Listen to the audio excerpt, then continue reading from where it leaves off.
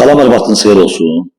Facebook sosial şəbəkəsində qarşıma Bərdər Ağazalı kənd tam orta məktəbinin rəsmi səhifəsi. Həmin səhifədə paylaşılan fotolara baxanda bir vətəndaş olaraq adam rüyalıyır.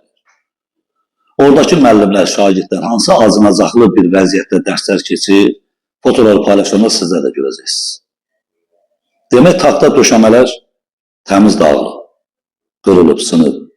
Taxta döşəmələrdə yamaqlar, böyük dəliklər, sinif otaqlarında sobalar yanıb deyən, odundan olan sobalardan tavanı hissin içində.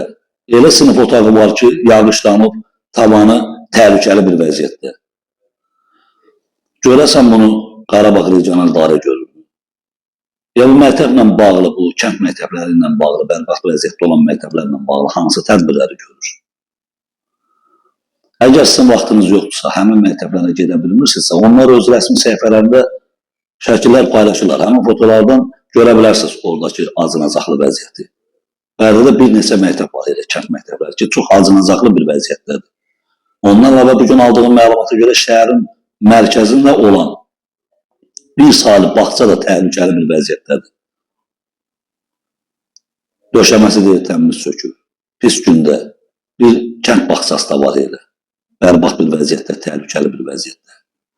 Xahiş edirəm, bu tədbirlərini salsız, şəhərin mərkəzində olan gözəl məktəblərdə keçirirsiniz o tədbirləri. Olmazmı ki, o tədbirləri salasınız elə həmin məktəbə?